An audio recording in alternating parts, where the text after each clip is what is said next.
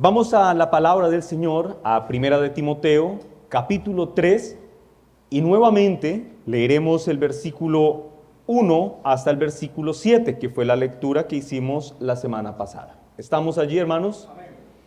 Dice la bendita palabra del Señor.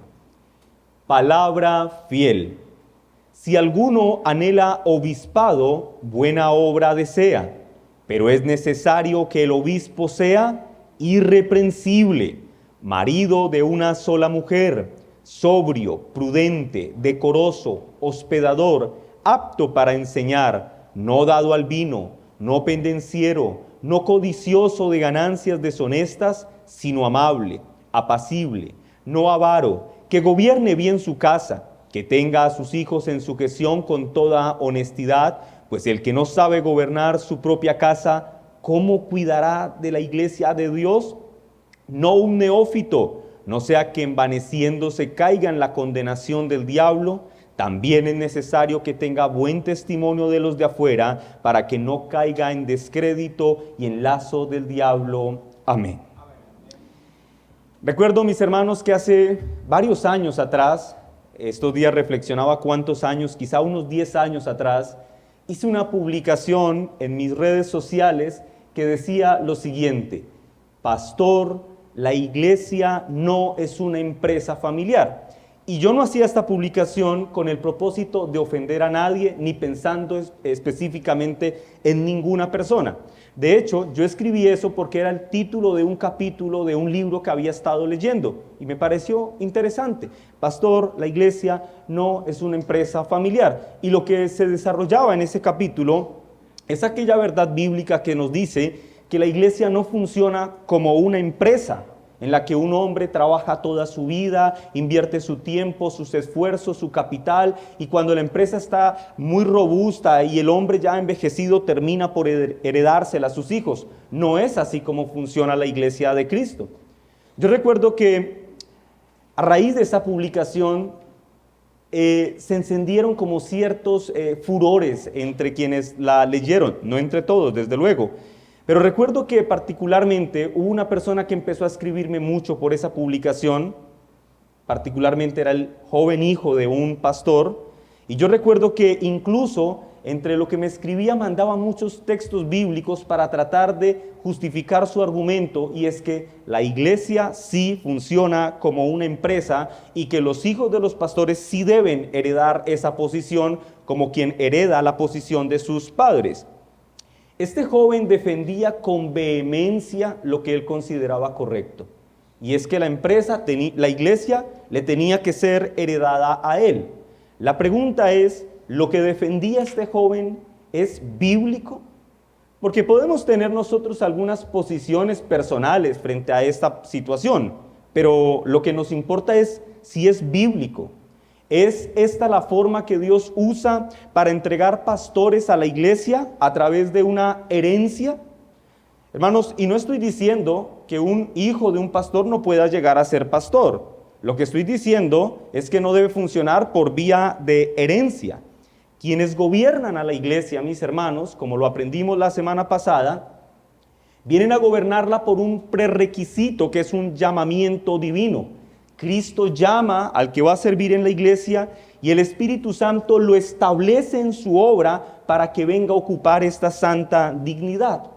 Hablando un poco del sermón predicado la semana pasada, es importante que allí estábamos respondiendo una pregunta a lo largo de todo el sermón. Y esa pregunta es esta: ¿es necesario que un pastor del nuevo pacto, como fue el caso de los apóstoles y de los profetas, sea llamado por Cristo para esta vocación, para este servicio como oficial del Evangelio?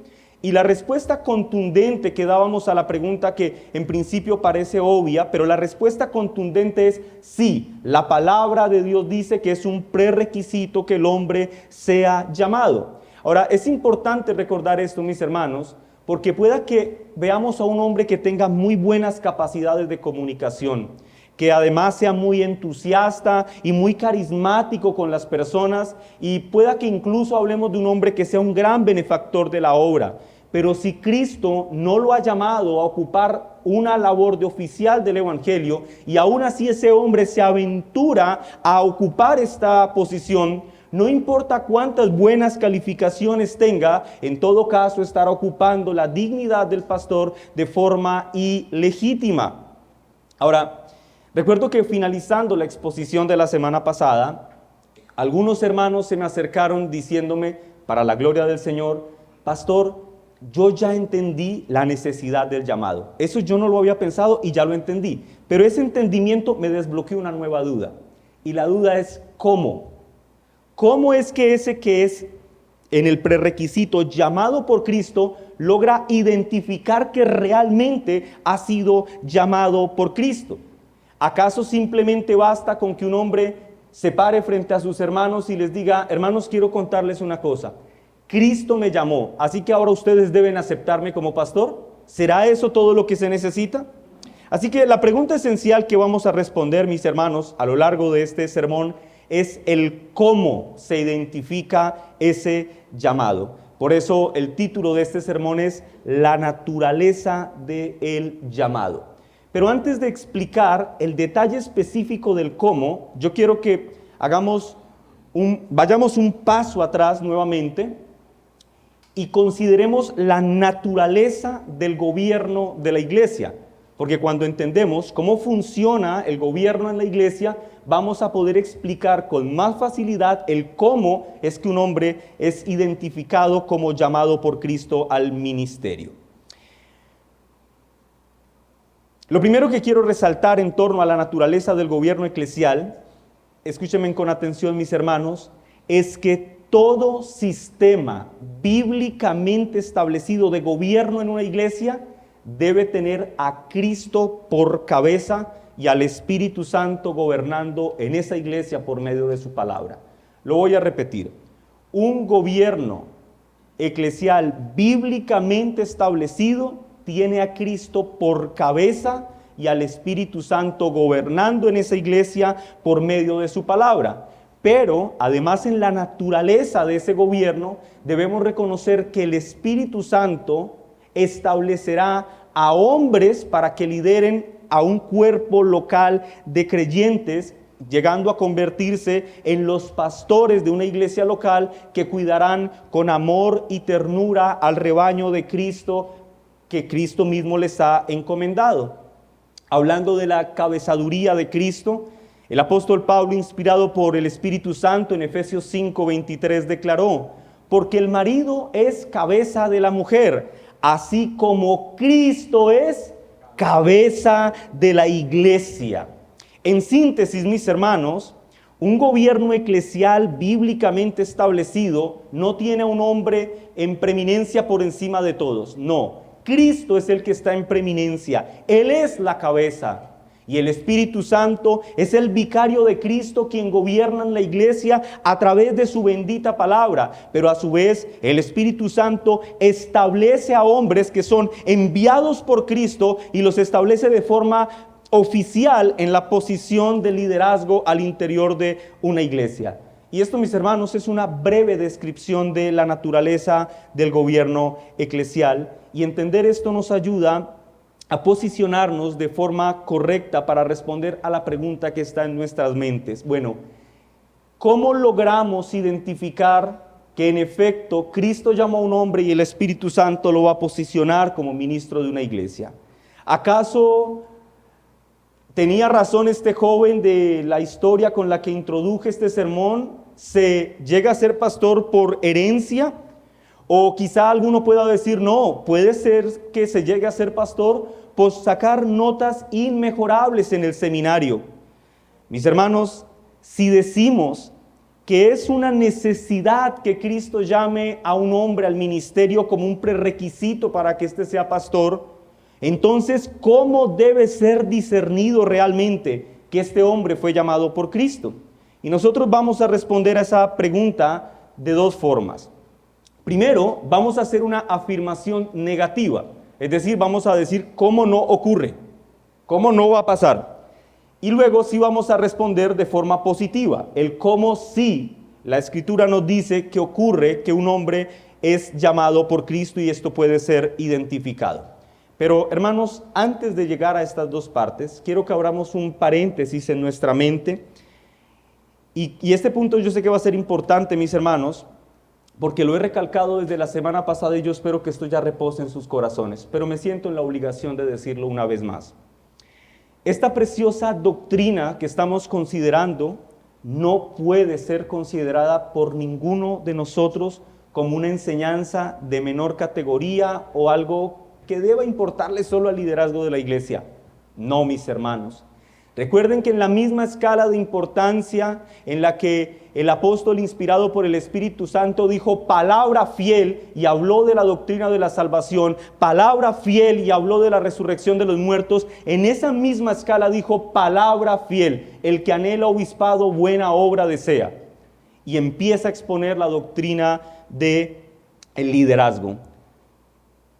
Si nosotros tuviéramos, mis hermanos, que hacer una labor investigativa en donde nos propusiéramos rastrear los grandes males o la fuente de los grandes males de la cual surgen las grandes tragedias que hoy vemos dentro del mundo evangélico, seguramente si hiciéramos esa labor nos encontraríamos con que muchos hombres están ocupando una posición en el liderazgo de la iglesia de forma ilegítima. Y la razón por la que llegaron a ocupar ese liderazgo de forma ilegítima es porque estaban siendo motivados por una impresión, por un deseo o por un sentir que los hizo creer que fueron llamados por Cristo. Por eso, mis hermanos, este sermón, como el sermón de la semana pasada y todos los sermones que se prediquen respecto a esta doctrina, tienen que generarles muchísimo interés. Estamos hablando de la salud del liderazgo de la iglesia y por tanto es la salud en general, la salud espiritual de la iglesia en general. Recuerden, hermanos, que el Señor nos manda a que roguemos al Señor de la mies para que envíe obreros a la mies, porque la mies es mucha. Tu súplica y mi súplica en relación al gobierno de los ancianos que ya está establecido en esta iglesia local debe ser que el Señor los fortalezca, pero también que según sea su santo designio, el Señor establezca, envíe a más obreros para el cuidado de su rebaño. No obstante, es importante entender que el llamado que tenemos a rogar al Señor de la mies para que envíe obreros no significa que la iglesia deba recibir con manos y brazos abiertas al primero que diga, mira, yo soy aquel por quien estabas orando. Yo fui ese obrero por quien tú estuviste orando. La iglesia tiene que saber identificar bíblicamente a esos obreros. ¿Ven por qué esto es importante, mis hermanos? Esencialmente, lo que el Señor quiere evitar a través de esta doctrina es que la iglesia de Cristo sufra por cuenta de su propia torpeza.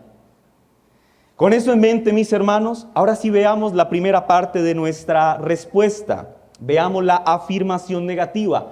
¿Cómo no podemos identificar a alguien que fue llamado por Cristo? Y yo el título que le he dado a este primer punto es el llamado divino al ministerio, escuchen hermanos, no viene por revelación directa. Lo voy a repetir otra vez. El llamado divino al ministerio no viene por revelación directa. Pastor, ¿y qué es eso de revelación directa? Por revelación directa me refiero a aquello que las Escrituras registran en torno al llamamiento de los profetas en el Antiguo Pacto y de los apóstoles el Nuevo Pacto, en donde de manera directa Dios mismo y por medios extraordinarios los llama a que estén a su servicio.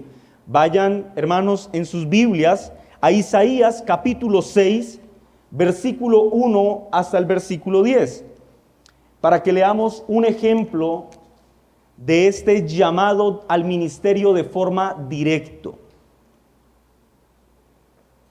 Y quiero, mis hermanos, que mientras buscan el texto, escuchen esto, vayan pensando en la gran cantidad de detalles que aparecen en este texto en relación al llamamiento de un profeta. ¿Estamos allí, hermanos? Isaías 6, dice la palabra del Señor. En el año que murió el rey Usías, vi yo al Señor sentado en un trono alto y sublime, y sus faldas llenaban el templo. Por encima de él había serafines, cada uno tenía 6 alas, con 2 cubrían sus rostros, con 2 cubrían sus pies, y con 2 volaban. Y el uno al otro daba voces diciendo: Santo, Santo, Santo, Jehová de los ejércitos, toda la tierra está llena de su gloria. Y los quinciales de las puertas se estremecieron con la voz del que clama, y la casa se llenó de humo. Entonces dije: ay de mí que soy muerto, porque siendo hombre inmundo de labios y habitando en medio de pueblo que tiene labios inmundo, han visto mis ojos al Rey, Jehová de los ejércitos. ¿Ven todos los detalles extraordinarios que ocurren en esta escena? Ahora lean el versículo 6.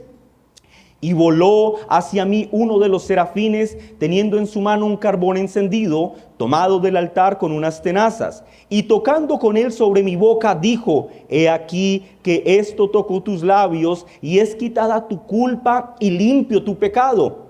Después oí la voz del Señor que decía: ¿a quién enviaré y quién irá por nosotros? Entonces respondí yo: heme aquí, envíame a mí. Versículo 9. Y dijo: anda y di a este pueblo. ¿Quién le está enviando? Dios mismo. Anda y di a este pueblo: tú eres mi mensajero. Diles a ellos lo que yo quiero que ellos sepan. ¿Ven cómo Dios mismo de forma directa está llamando a este profeta? Y en el nuevo pacto vemos algo así, desde luego. En el nuevo pacto también vemos a Dios mismo llamando a hombres para servirle como oficiales del evangelio. De manera explícita, esto se cumple en la vida o en el llamamiento de los apóstoles, a quienes Cristo mismo de manera inmediata llamó a su servicio. Y si tuviéramos que tomar uno de los ejemplos de un llamamiento al ministerio de entre los apóstoles, quizá a nuestras mentes venga el llamamiento más dramático que nosotros podamos recordar, que es el llamamiento de un hombre llamado Saulo de Tarso. Aquel que mientras iba camino a Damasco para perseguir a la iglesia, el Señor lo intercepta en su camino y de manera directa lo llama a través de medios extraordinarios para que se convirtiera en un ministro oficial de su iglesia. Recuerden que después de este encuentro, él queda ciego durante 3 días y se hospeda en un lugar quizá atónito por lo que está pasándole. Pero mientras él está allí, el Señor envía a un hombre llamado Ananías para que fuera hasta este lugar, orara por él, pusiera sus manos en sus ojos y él recobrara la vista. Esto se registra en Hechos capítulo 9, versículo 15. Dice la palabra del Señor: el Señor le dijo a Ananías: ve, porque instrumento escogido me es este. Noten lo que dice el Señor de Pablo: para llevar mi nombre en presencia de los gentiles y de reyes y de los hijos de Israel, porque yo le mostraré cuánto le es necesario padecer por mi nombre. ¿Lo ven? Cristo mismo escoge, llama de forma directa y a través de medios extraordinarios a este que era un perseguidor de la iglesia, llamado Saulo de Tarso, quien se convertiría en el gran apóstol Pablo. Y así, mis hermanos, en general es como el Señor llamaba a los hombres al ministerio hasta la era apostólica. No obstante, a partir de este momento, hasta la era apostólica, las Escrituras nos dicen que el llamamiento en el nuevo pacto para los pastores maestros ya no ocurre de esta forma, ya no ocurre de forma directa. Lo voy a decir más directamente: ningún hombre en nuestros días tiene la garantía bíblica para esperar que su llamado al ministerio ocurra como ocurrió en el caso de los profetas o de los apóstoles. No tenemos evidencia bíblica que nos lleve a creer, siquiera de cerca, que una voz nos va a susurrar al oído y nos dirá, Cristo allí hablándonos cerquita al oído: tú eres mi instrumento escogido para que seas ministro. Es más, mis hermanos, ni siquiera una providencia única del Señor debe ser interpretada como un llamado divino. Ni siquiera una providencia única puede ser interpretada como tal. Y esto incluso nos permite anticiparnos a lo que será el segundo punto. Vayan conmigo, hermanos, a Hebreos capítulo 1, versículo 1 y 2.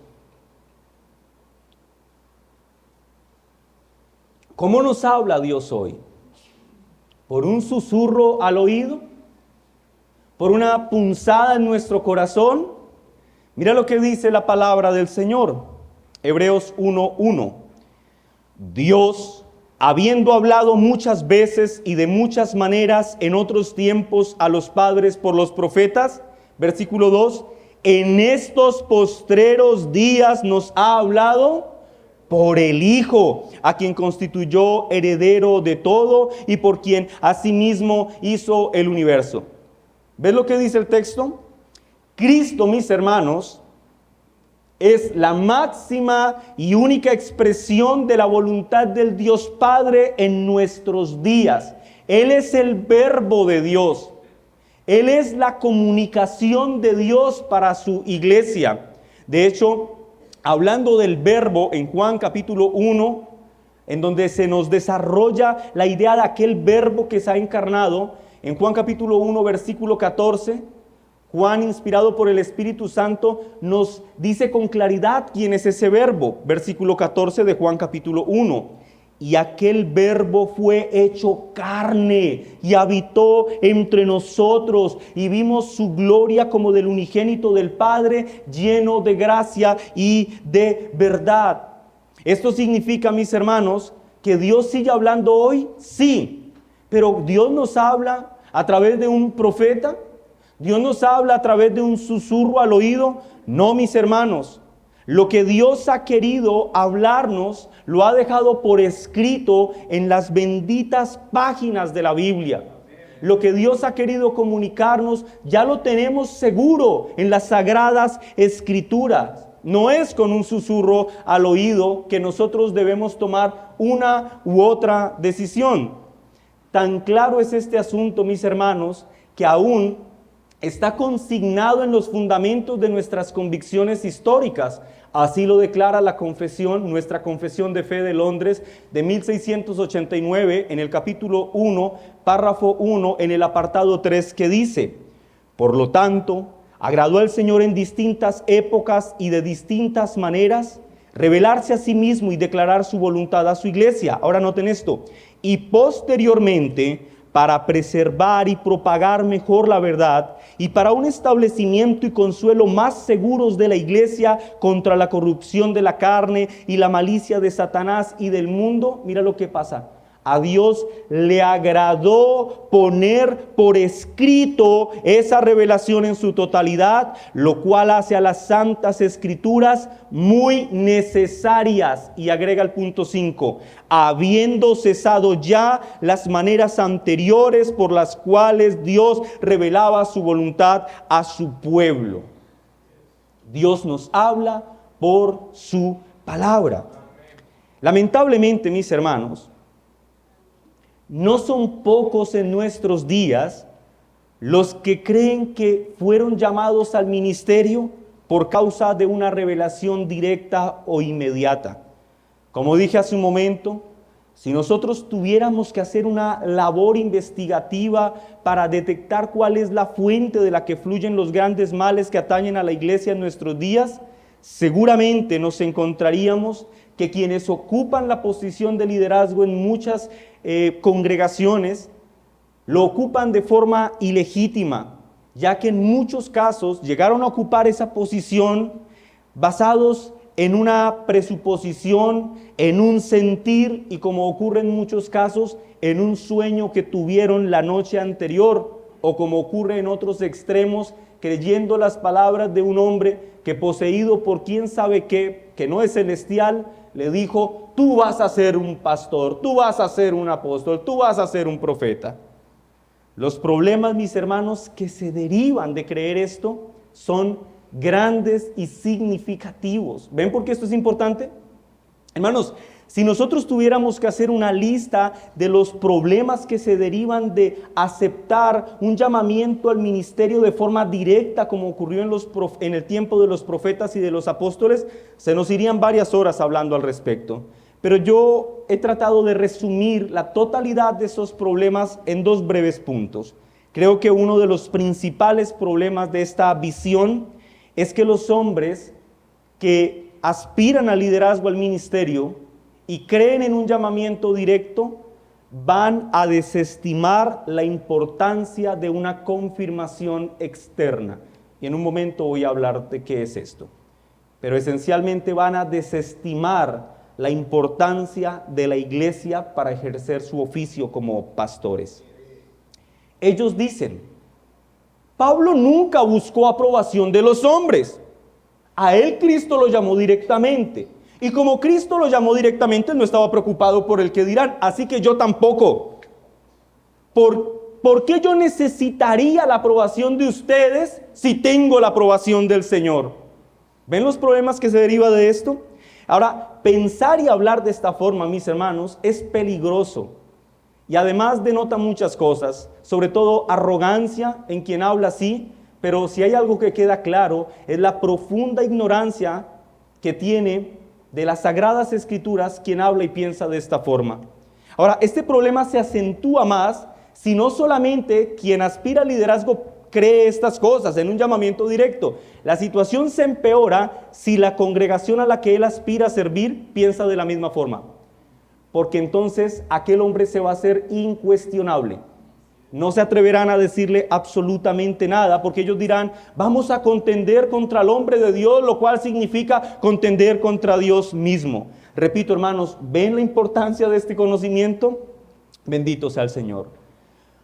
Otro de los grandes problemas, que es quizá el más evidente que se deriva de esta forma de creer en el llamamiento al ministerio, es que sí o sí, quienes creen en esto van a tener que sufrir el hecho de que terminen por ingresar al ministerio hombres que no son aptos para este oficio. Hermanos, los hombres que ingresan al oficio pastoral no deben ser medidos por las percepciones propias ni de nadie más. Ni siquiera, escúcheme, deben ser medidos por sus buenas intenciones. Pastor, es que tú lo vieras, es tan querido este hermano. No.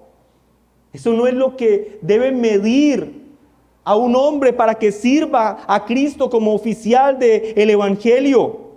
Lo que debe medir a un hombre para servir como oficial es algo que Dios ya ha dicho. No tenemos que inventar, no tenemos que ser creativos. Dios ya habló en su palabra, lo estamos viendo 1 Timoteo capítulo 3 y Tito capítulo 1. Si tú quieres saber si un hombre ha sido o no llamado al ministerio, lee estos dos capítulos. Y ya con eso en mente, ahora sí dispongámonos a dar la respuesta positiva de la pregunta, el cómo sí ocurre un llamado al ministerio en el nuevo pacto. Este es el punto número 2. El llamado al ministerio en el nuevo pacto viene de manera exclusiva por la revelación especial de las Sagradas Escrituras. Lo repito, el llamado al ministerio en el nuevo pacto viene de manera exclusiva por la revelación especial de las Sagradas Escrituras. La diferencia, mis hermanos, entonces, en relación al llamado que el Señor hizo a los profetas en el Antiguo Testamento y a los apóstoles en el Nuevo Pacto, la diferencia con los pastores maestros dentro del Nuevo Pacto es que en este llamado debe ser mediado por las Sagradas Escrituras. Escuchemos lo que dice el doctor Robert Dabney respecto a este asunto. Escuchemos, lo dice así. Que el joven piadoso se haga esta sencilla pregunta. ¿Hay alguna otra expresión de la voluntad de Dios que se nos haya dado excepto la Biblia? Y agrega otra pregunta más. ¿Dónde más nos autoriza Dios a buscar información sobre cualquier deber? Aparte de la Biblia, ¿dónde más se nos autoriza según la voluntad de Dios? Escuchen lo que dice él. El llamado al ministerio entonces se encuentra como el llamado a cualquier otro deber en las enseñanzas de la palabra revelada de Dios. Voy a explicar esto de la siguiente forma. Hermano amado que me escuchas, si tú quieres tener un matrimonio piadoso que glorifique al Señor, ¿a dónde debes ir para encontrar consejo de cómo tener ese matrimonio piadoso? A las Sagradas Escrituras. Si tú quieres criar a tus hijos en el temor del Señor, ¿a dónde debes ir? A las Sagradas Escrituras. Si tú quieres ser un trabajador piadoso que testifique de Cristo en el lugar en donde desempeñas tu labor, ¿a dónde debes recurrir? A las Sagradas Escrituras. Noten esto, en todos los casos los cristianos vamos a la palabra de Dios, y esa misma lógica debe aplicarse sí o sí al llamado al ministerio pastoral. Debemos ir a la palabra de Dios. Hermanos amados, el Señor en su palabra ya reveló todo lo que tú y yo necesitamos saber para poder discernir si un hombre fue o no llamado por Cristo al ministerio. Sí, pastor, ¿y qué ha dicho? Primera de Timoteo 3:2, pero es necesario que el ministro sea irreprensible, marido de una sola mujer, sobrio, prudente, decoroso, hospedador, apto para enseñar, no dado al vino, no pendenciero, no codicioso de ganancias deshonestas, amable, apacible, no avaro, que gobierne bien su casa, que no sea un neófito, que tenga buen testimonio de los de afuera. Esto es lo que tú debes observar en aquellos que aspiran a servir a Cristo. En los que ya sirven y en los que aspiran a servir a Cristo, esto debe ser una realidad en la vida de estos hombres. Así que nuestra tarea, mis hermanos, es sencilla. Repito, no tenemos que ser muy imaginativos, no tenemos que inventar nada, mis hermanos. Ya Dios nos ha dicho lo que tenemos que hacer. Nosotros debemos observar lo que las Sagradas Escrituras dicen en relación al ministro, y debemos tomar al que aspira a servir al ministerio y ponerlo frente a las Escrituras. Si la vida de ese hombre se conforma a lo que la palabra de Dios dice, entonces ese varón debe ser considerado para que se le ordene como ministro oficial del Evangelio, no por tus percepciones. Pastor, es que a mí no me gusta el tono de voz del hermano. Hermano, ¿ya has cotejado la vida de este siervo a la luz de la palabra de Dios? Sí. ¿Y qué concluyes? Que en todo está bien, pero no me gusta su tono de voz. Hermanos, nuestra tarea, repito, es sencilla. No tenemos que improvisar. Dios ha dicho cómo debemos observar a aquellos que van a servir como oficiales en el ministerio. Ahora bien, en medio de todo este proceso, yo creo que ustedes dicen, pastor, podrán estar de acuerdo conmigo en lo que voy a decir. Pastor, lo que usted dice, claro, es muy racional. O sea, es como racional entender que si alguien va a servir al ministerio de la palabra de Dios, debe ser medido según la palabra de Dios. Pero hay un detalle, mis hermanos, que yo quiero que no dejen pasar y no caigamos en el extremo racionalismo. En todo este proceso, el Espíritu Santo va a iluminar la conciencia, la mente y el juicio del que aspira a servir a Cristo. Y de esto vamos a hablar la próxima semana, de la santa aspiración.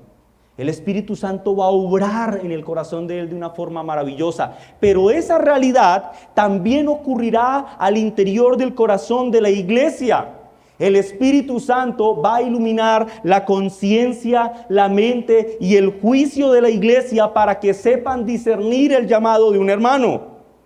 Lo cual significa, mis hermanos, que el llamado bíblico al ministerio para la iglesia se hace evidente a través de dos formas. Primero, de una forma interna y en segundo lugar, de una forma externa. Me explico.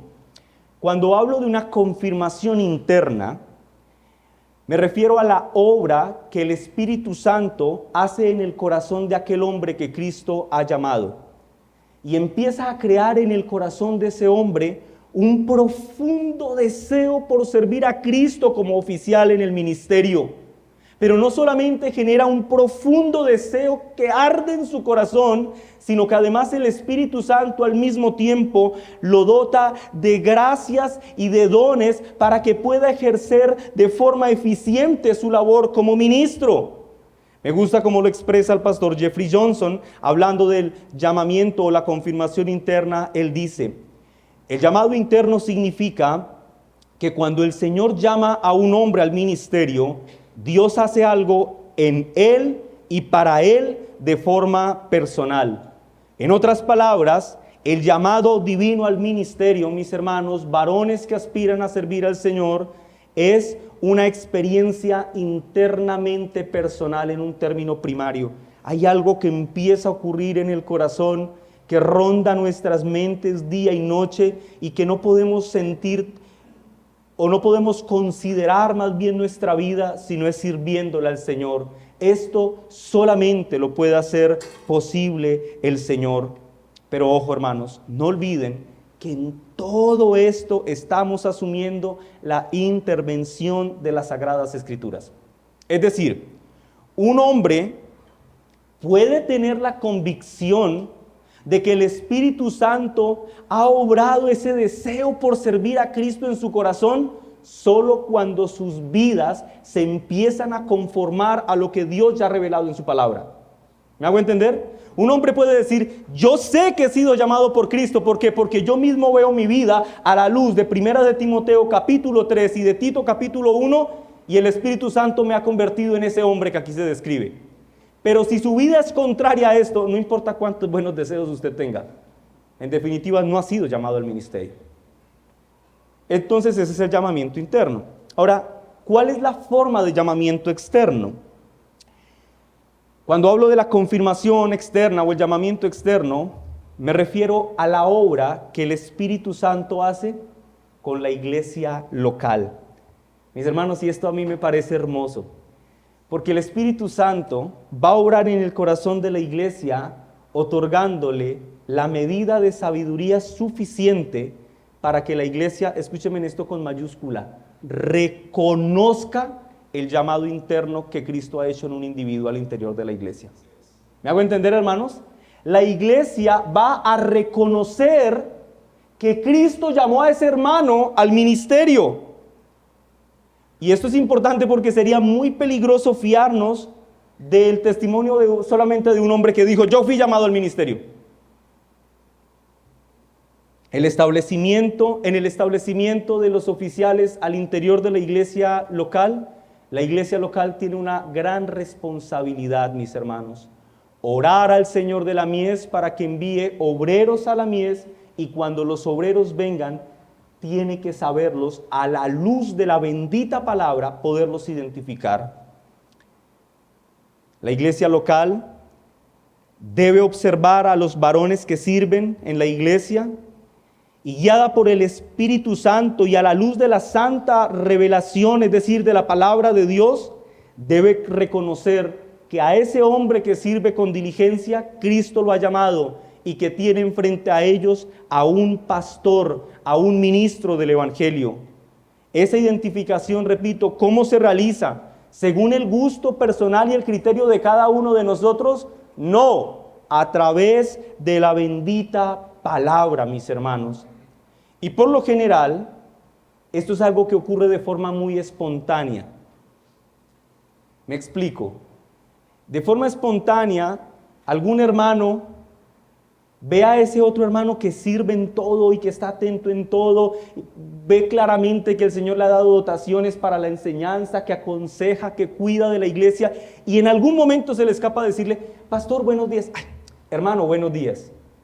Esto empieza a ocurrir de forma espontánea, como el Espíritu Santo va a guiar a la iglesia. Antes de finalizar mi sermón, quiero dar dos puntos adicionales. Primero, una conclusión y una aplicación. La conclusión es esta: todo lo que se ha dicho hasta este momento, hermanos, debe llevarnos a concluir un punto importante que no quiero que pase desapercibido. Un pastor es pastor en virtud de su vinculación a un rebaño. ¿Me hago entender? Un pastor es pastor en virtud de que esté unido a una iglesia local.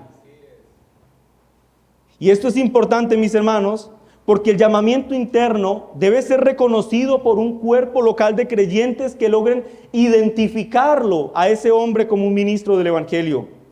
Lo cual significa también que el ministro o el aspirante a servir a Cristo como ministro debe procurar una vida santa, una vida que se conforme a la palabra de Dios.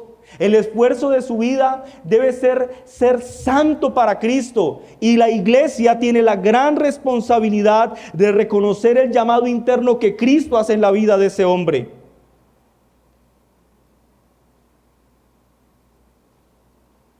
Pero también vale la pena mencionar lo siguiente, mis hermanos. El camino más seguro por el que la iglesia debe transitar para identificar el llamamiento interno de un hermano, escúchenme con mucha atención, el camino más seguro para identificar correctamente a un hermano es por vía de los pastores ya establecidos en la iglesia local. ¿Por qué? Porque son los pastores de la iglesia local quienes, si hacen bien su labor, conocen mejor la vida de los hermanos de la iglesia, conocen las dotaciones que el Señor les ha dado, conocen la fidelidad que ellos tienen, esos hermanos que aspiran tienen por servir al Señor, conocen incluso los problemas internos de sus propios hogares y saben que a pesar de las dificultades son hermanos que se esfuerzan por vivir santamente para Cristo. Hermanos, la vía más segura para identificar generalmente empieza por los pastores ya establecidos. Así que cuando una iglesia ya tiene pastores establecidos, cuenta con una gran bendición para poder elegir a otros ministros al interior de la iglesia. En síntesis, los dos llamados, tanto el interno como el externo, mediando siempre la palabra de Dios, los dos deben estar presentes en la ordenación de un hombre al oficio como pastor. En otras palabras, un varón no puede evaluarse a sí mismo sin el acompañamiento de sus hermanos. Él no puede decir simplemente, tengo un llamado interno y eso es todo. No, el hombre debe evaluar su llamado interno en el contexto de una iglesia local. De allí que nuestras convicciones sean que el que aspira al ministerio tiene que ser miembro de una iglesia. No es como alguien que llegó y se hizo pastor. Estos aspectos han sido importantes, mis hermanos, a lo largo de toda nuestra historia, pero yo considero que particularmente son pertinentes en nuestros días que la iglesia esté informada de esta doctrina, ya que nosotros vivimos en una época en la que la vida cristiana, entendida como una comunidad, se ve como algo inadecuado, como algo anticuado y como algo ya no muy bien visto. Pero la vida cristiana, mis hermanos, es una vida de comunidad. Lo que predomina hoy en muchos contextos es, como alguien lo ha definido, un cristianismo hiperprivatizado. Y el argumento de algunos es: yo, mi Biblia y el Espíritu Santo en la sala de mi casa. ¿Eres cristiano? Sí. No, no te engañes. No existe cristianismo lejos de una iglesia local. Hermanos amados, la vida cristiana es una vida en comunidad. Fuimos llamados a ser miembros de un mismo cuerpo, piedras vivas de una misma edificación. Por lo tanto, estamos obligados a estar vigilantes ante todos los asuntos que puedan afectarnos o bendecirnos. Y este es el caso, la doctrina en relación al liderazgo de la iglesia. Una vez más, repito, hermanos, ¿ven lo importante de la doctrina? Gloria a Dios. Como iglesia, todos nosotros fuimos llamados a formar parte del cuerpo de Cristo. Hacemos parte de una misma familia. No en vano nos decimos hermano, hermana. Somos una familia. Y por eso, una doctrina como la que se está exponiendo en esta mañana debe despertar un especial afecto en nuestro corazón, pues en ella somos instruidos para poder velar por la salud de la iglesia en general. Y yo ruego al Señor, hermanos, para que en esta iglesia local a la que tanto amo haya un fuerte sentido de unidad, haya sabiduría y haya discernimiento, guiados por el Espíritu Santo y gobernados por su palabra, para velar por la vida de nuestros pastores y orar por aquellos siervos que el Señor permita en el futuro sirvan como oficiales al interior de esta iglesia. Que cuando de entre nosotros se levante uno o más hermanos diciendo Cristo me ha llamado al ministerio, se sepa acompañado, asistido por un cuerpo de hermanos amorosos que van a estar allí prestos para orar por él y para asistirlo en medio de este proceso. Y esa es mi conclusión. Ahora quiero ir a mi aplicación, hermanos. Y pienso yo que, según todo lo que se ha dicho, la aplicación se hace casi predecible. Pero la primera parte de mi aplicación quiero dirigirla a todos esos varones, hermanos, que sirven fielmente a Cristo al interior de la iglesia, que saben la importancia de la iglesia local en el corazón de Cristo y quieren invertir sus vidas al servicio del Señor. Hermanos que aspiran a servir al Señor, escúchenme con mucha atención.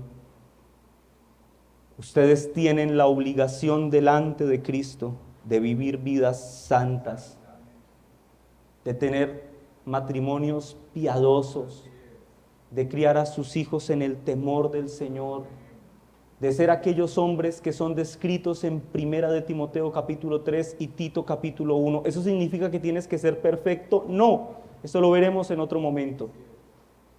Pero no puedes vivir dándole la espalda a esa verdad revelada y decir, sí, yo soy llamado por Cristo al ministerio. No te engañes.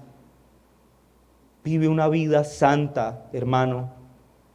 Y ahora quiero dirigirme a la iglesia en general. A la luz de todo lo que se ha expuesto en esta mañana, yo estoy seguro que ya tú en tu cabeza tienes esto claro. Tienes un deber delante del Señor en relación al liderazgo de la iglesia, y es orar por ellos. Debes rogar por el liderazgo de la iglesia local. Tú debes rogar al Señor de la mies para que Él envíe obreros al campo. Pero cuando ese momento llegue, tú debes haber estado preparado en oración para ser asistido por el Espíritu Santo según los lineamientos de su palabra, para exaltar y alabar a Dios porque Él ha dado respuesta a tus súplicas. Escucha lo que dice Nehemías Cox en torno al deber que la iglesia tiene, o a la obligación o responsabilidad que la iglesia tiene de orar por sus ministros. Dice Cox lo siguiente: los hermanos deben ser constantes en orar a Dios por la vida de sus pastores. ¿Saben que el apóstol Pablo pedía a menudo que las iglesias oraran por él? Y si él creía tan necesaria la oración para él, con más razón tenemos que creerla necesaria para nuestros pastores. Sus tentaciones son muchas, tienen que contender con grandes dificultades y desalientos, y su trabajo es tal que nunca pueden cumplir su llamado con la perfección que debería si no cuentan con la ayuda especial del Espíritu Santo. El éxito de todas sus labores depende de la bendición divina y la presencia de Dios con él. En todo esto, tanto la gloria de Cristo como el consuelo y la edificación de las propias almas en la iglesia están ligados, razón suficiente para que la iglesia sea constante en el santo deber de orar por sus ministros. Que el Señor bendiga su palabra y grabe, mis hermanos, esta instrucción en nuestros corazones, a fin de que como Iglesia Bautista Reformada Decisión Jesús, actuemos siempre conforme a los designios de la bendita palabra de Dios y no a los impulsos de nuestro engañoso corazón. Que la gracia de Dios esté con nosotros, amada Iglesia. Amén.